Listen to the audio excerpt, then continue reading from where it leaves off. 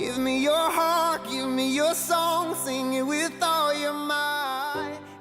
Well, hey guys, Jason Wheeler here, one of the pastors at North Park Church here in Columbus, Nebraska, coming to you once again with your life group lesson for the week, and again, very grateful to be doing that. And we are in the third week of our True Worship mini series, third and final week of our True Worshipers, mini series. And this week we are talking about what makes worship music meaningful. Very, very important topic.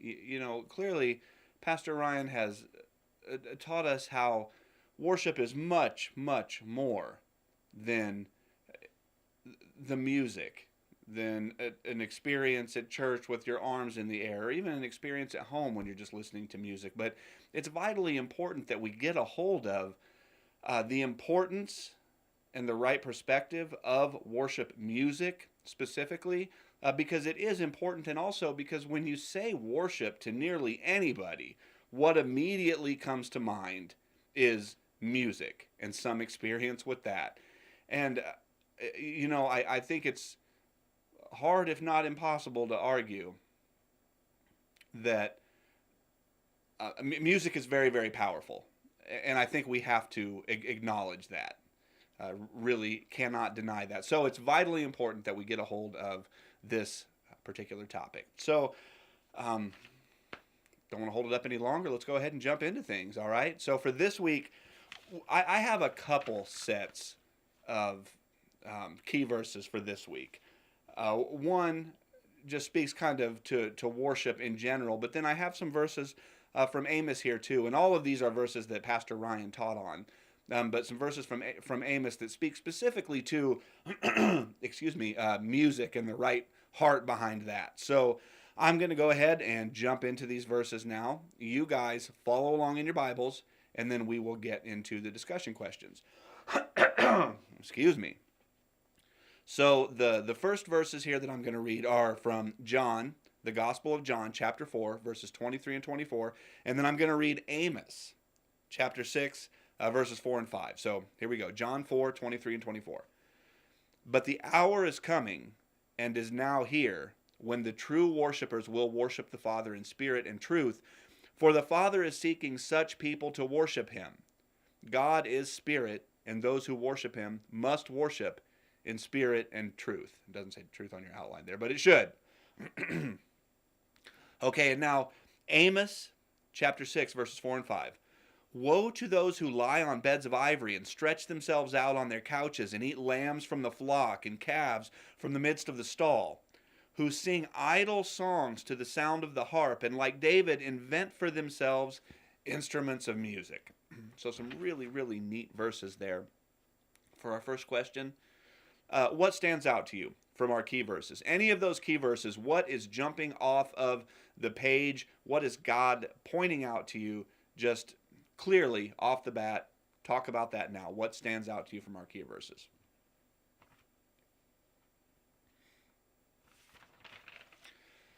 Okay, there's a lot of neat stuff in there, but these verses from Amos just really, really jump out at me, and especially me specifically. I know, being a musician and someone who was heavily, heavily, heavily influenced by music and continues to be heavily influenced by music, but I know everybody to some extent can relate, especially in our culture. We clearly see in these verses that the rock star trip is nothing new.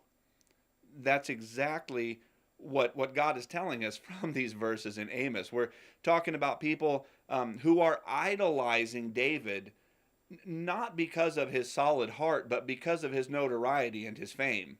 And they're trying to have what he has through music. It was happening back then, it's happened all throughout history, and it continues to happen. So particularly neat verses speaking into that. And kind of on that note, for question 2 here, Pastor Ryan stated up front, every time I turn this camera on, something stuck in my throat. Pastor Ryan stated in the message up front that he had to begin by talking about the sort of damage that has been and can continue to be done by music, and specifically by Satan, but through music. So, for question 2 here, how have you been led astray by music? And are you still being led astray? And if you think back to the message that Pastor Ryan preached, he talked about how Satan has used music to further engage our minds in sin, and how Satan has used music to disengage our minds as a way of escape. And I can relate to both of those. I can tell you that historically growing up, I was always somebody who fought to believe that music could not influence people one way or the other. But that is clearly not true. I'll tell you the truth. Whenever I needed to be energized, typically to get up to no good, probably running around doing something terrible in the middle of the night with terrible people, there was very, very specific music that I would put on that would help get the juices flowing, prepare me to do that. And I know we see the same thing in combat, right? Like most of those guys are listening to some sort of crazy death metal when they're getting all amped up, getting ready to go into combat. I mean, it's not going to do any good to go in and try to fight somebody and throw on an Air Supply album. So it's ridiculous to believe that music does not have some sort of a power. And clearly, I can speak from my own personal experience that I did use music to further engage my mind in sin. And on the other hand, I would use music to disengage. I would use it as a drug, something to check out, something to escape. So those are ways in general and maybe somewhat specific that I was led astray by music, that I sought to be led astray by music, that I sought out music that was going to tell me what I already wanted to believe, even if it was unhealthy, even if it was not the truth. So the question is, how have you been led astray by music? And are you still being led astray? It's an important question. Go ahead and pray about that and talk about it now.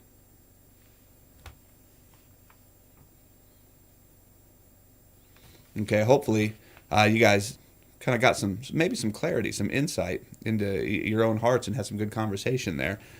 So for question 3, first of all, somebody read out loud right now James chapter 4 verse 8, and then we'll get back to the question. Do that now. James 4:8.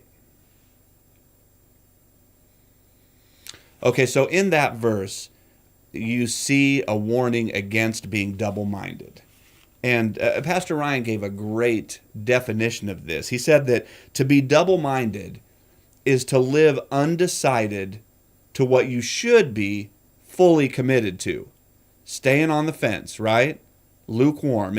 And as an example, he kind of talked about how we should be prepared to worship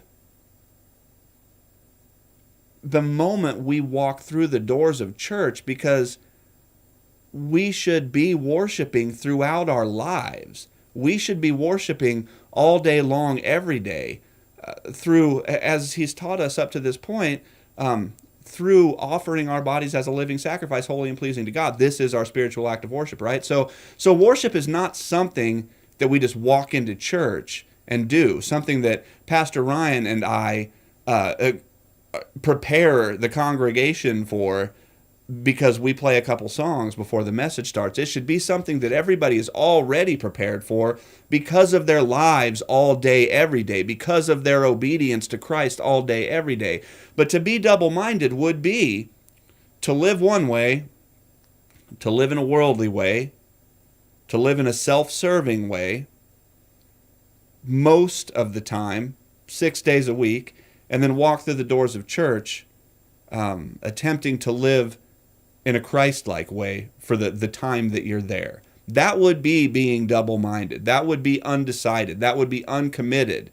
That would be riding the fence. So the question is this, and it's an important question. Are you double-minded? What does the evidence of your life say? Are you double-minded? And why do you answer that the way you do? Go ahead and talk about that now.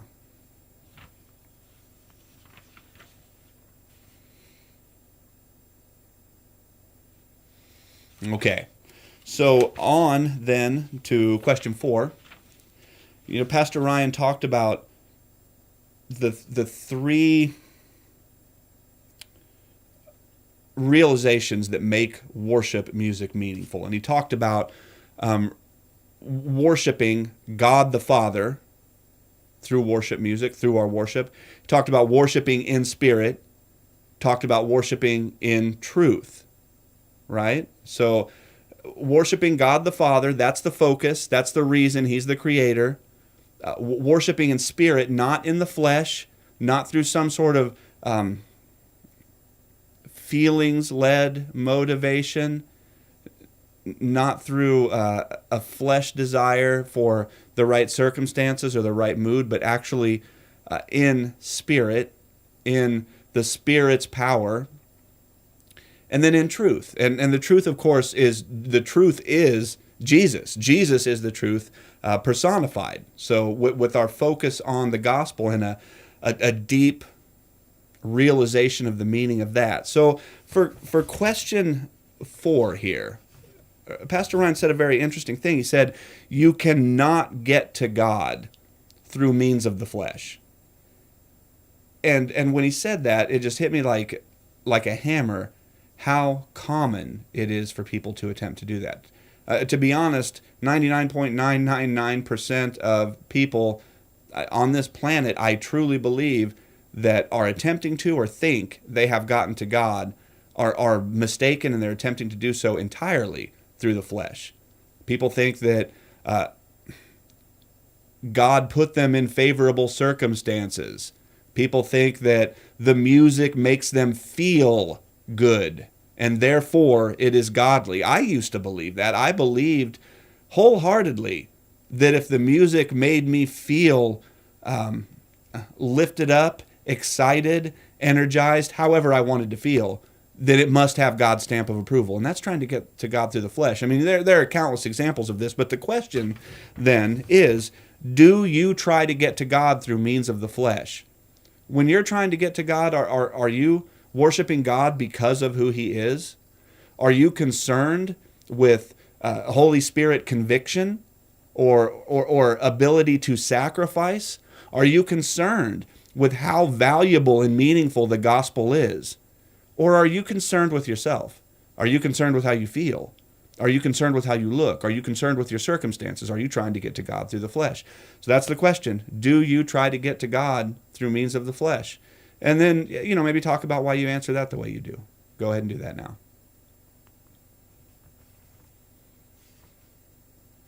Okay, and for question 5, again, those hallmarks of meaningful worship is that we are worshiping God the Father, we're worshiping in spirit, we're worshiping in truth. And remember, those 3 hallmarks come to us straight from John 4, from our key verses, so you can read those again if you need to. So the question then is this: of those 3 hallmarks of meaningful worship music, which do you struggle with the most? Go ahead and discuss that now.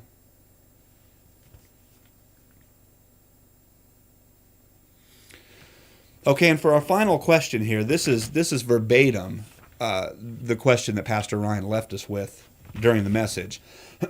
You'll remember, and hopefully you know this, but he discussed at length the necessity of really having a handle on the meaning of the gospel and how that is going to make worship and worship music specifically meaningful. When we understand the magnitude of the gospel, we will worship in God. We will worship in spirit. We will worship in truth. Without an understanding of that, then worship is idle, worship is in vain, worship probably destructive. So the question then is this: is the gospel developed enough in your heart to make worship meaningful in your life? And then, what can you do to grow in that? Regardless of how developed it is or is not, there's always room for growth.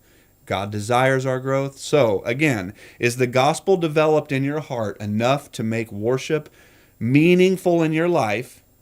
And what can you do to grow in that? That's it for this week, guys. I've had a great time. I hope you have as well. And again, Lord willing, I'll be back with you next week.